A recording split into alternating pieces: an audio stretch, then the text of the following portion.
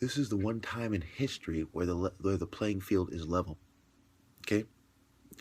So as we see this starting to happen, the possibilities are in Europe, an empire will rise and it will civilize everyone else. In the Middle East, an empire will rise. Perhaps the Hittites will rise. Perhaps, the Libyans, and so on. But we see it happen in Egypt. And we see Nekhen as the place that civilized it, and Europeans are unaware of it. That's why it was named later Heracleopolis by the Greeks. Why didn't they name it before Mecca? Because they didn't know where the fuck it was, even though these were the whites who had perhaps the most contact with Egypt in the ancient world.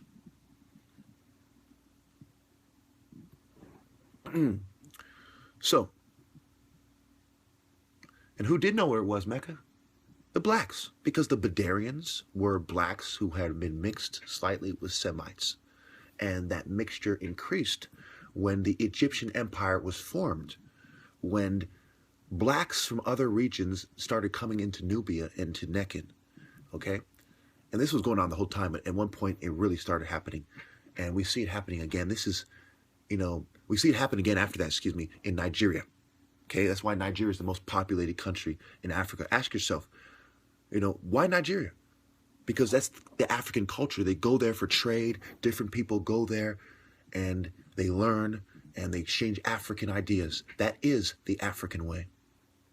To say ancient Egypt was not black is like saying Nigeria is not black, 1,000 years from now, if it's all Chinese and white people, for example.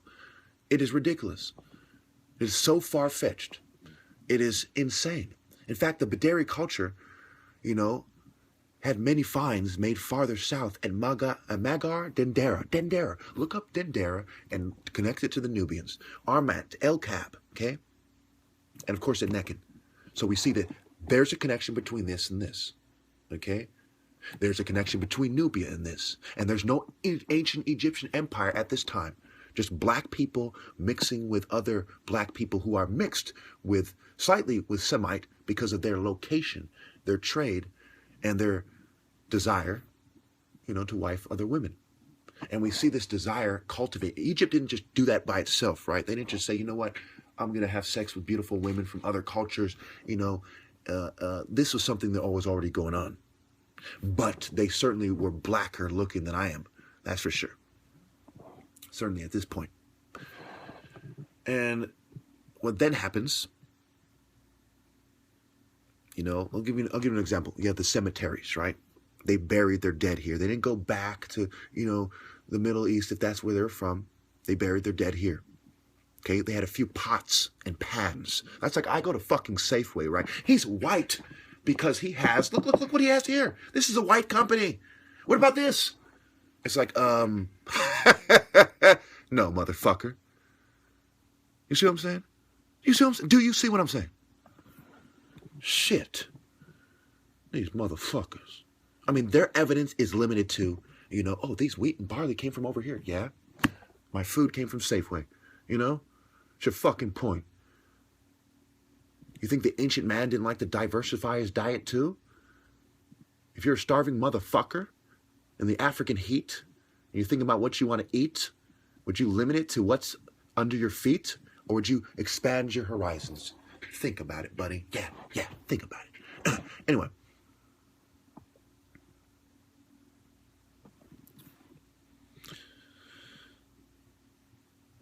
Okay, remember, their pots were of such size and fragility that they would have been unsuitable for use by wanderers. Now, their pots, their own pots, you feel me, that they made, not the ones they found that they traded, right?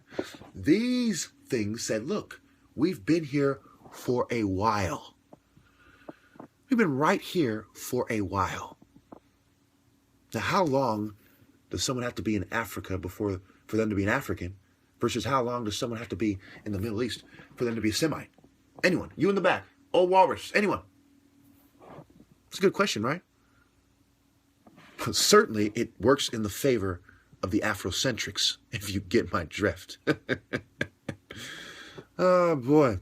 So, we know that the Badarian culture and the Necanites and the Nubians founded Egypt. It's what's called pre-dynastic Egypt. Say it with me. Pre-dynastic Egypt proves that they had an African culture. They didn't want to go anywhere. They didn't even consider being wanderers because they valued the land, the sacred space. They traded with other cultures. They weren't some fucking people like, you know what, we are special. No, they were like, look, we're black Africans like you, you know. And that's how it was at this point. So then what happens, you know? What happens, the difference you see is when the Africans start coming together like they did in Nigeria. And for the same reason, Nigeria, you know, has a lot of potential because of that, except for they're being suppressed by powerful socioeconomic and geopolitical forces. Or else the average person and the state would be rather prosperous indeed. Nothing like that was really holding back the ancient Egyptian black man. So he shined in his in his splendor. So what had happened is when these Semites start coming into the Delta region, okay, from the northeast,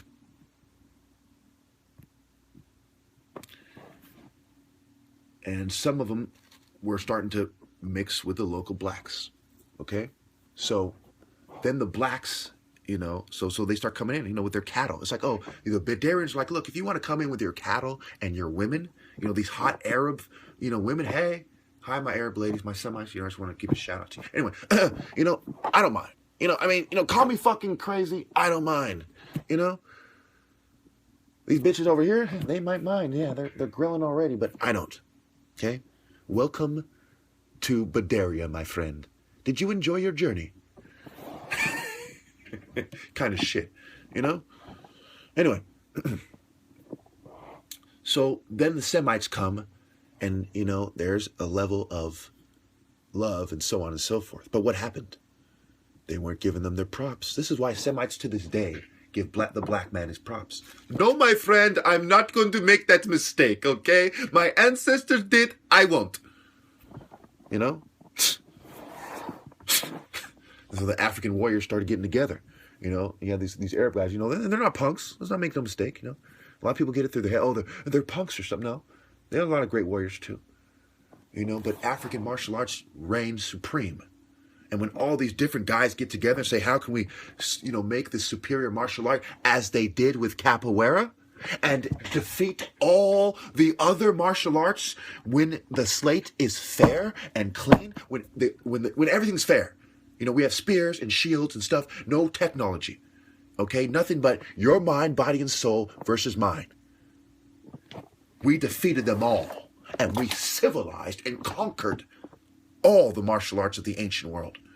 Before Kung Fu, before Buddhism existed, we had conquered. Because remember, Buddhism, when you're going, it's like the last couple of thousand years, you know, depending on where you started. We're not talking fucking, you know, 5,000 BC here, much less 3,000 BC, if you get my drift. We were doing martial arts before the Buddha was the Buddha. Where the fuck do you think it comes from, Loke? Anyway.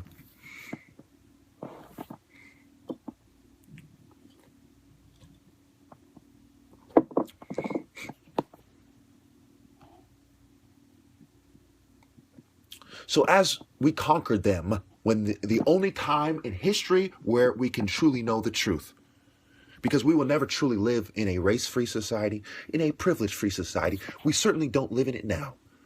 So how can any honest eugenicist, any of you, turn around and say, look, you know, it's their genetics that makes them inferior specifically. Your genes had a fair chance to win. You lost. We civilized when everything was even. Being a cheater is not a superior evolutionary trait. No matter how much you cite Esau and his inheritance,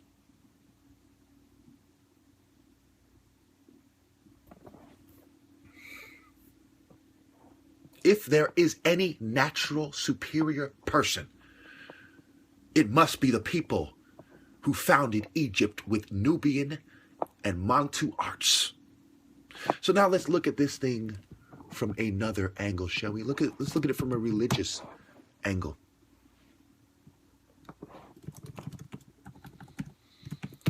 What I'm going to do is I'm typing Nubian religion. I haven't even looked it up ahead of time.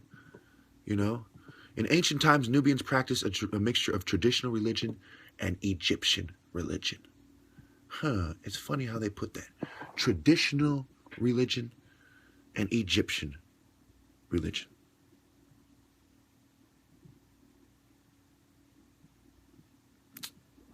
Today, of course, we know Nubians practice Islam.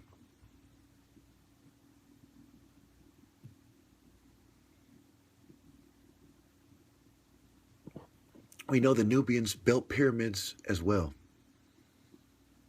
And we know that the only major difference between the Nubians and the Egyptians was their ability to build these great things, because there had become a split. The same split we see today. Martin Luther King, Malcolm X, me, and the house niggas on the left. Okay? Some of them said, look, we're going to start this new religion, like Akhenaten type idea, right? We're going to build these pyramids, we're going to include certain deities from other races. Some Nubians said, you know what, fuck that shit. I'm staying right here with my black ass, with my traditional culture. And if you didn't ascertain that from what I read, come on, really? Okay.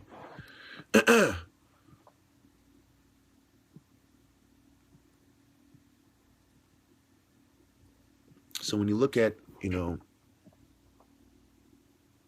how far back it goes, right? It says the early history of ancient Nubia comes from the Paleolithic era of 300,000 years ago, okay? So what is ancient Nubia? It's something that existed before whites even existed, 300,000 years ago. Look at human migrations, There was no whites in Europe 300,000 years ago. By around 6,000 BCE, the Nubians had developed an agricultural economy and had contact with Egypt. So this culture goes back so far, and they had developed war arts and established themselves for hundreds of thousands of years. I mean, it's not just that we invented this stuff, people. It's that we invented this stuff by hundreds of thousands of fucking years before their races even existed. The Nubians began using a system of writing relatively late in their history, when they adopted the Egyptian system. Ancient Nubian history is categorized according to the following periods. So what then proceeded to happen, ladies and gentlemen, ironically and funny enough, is that it was a mixed people that started advancing the other people, including the people whose religion they had used to found their civilization, right? Just like the first president in America, for example, was of mixed race. Now, was this an occultist? Was this done purposely by the occult because they concede my point? Probably. Or is it just natural? Either way, it does seem to be interesting, if not suggestive. It is a logical conclusion, perhaps not causal. So they talk about the A group culture, 3700 to 208 to 800 BCE, okay? So we know right there next to Nubia, they're exchanging ideas, including religious thought. Well, how do you use this thing? Well, first you have to pray to this deity when you use this before you plant this seed. Do I really? I have my own gods. Some blacks people are like, oh, no, don't do that. Don't do that.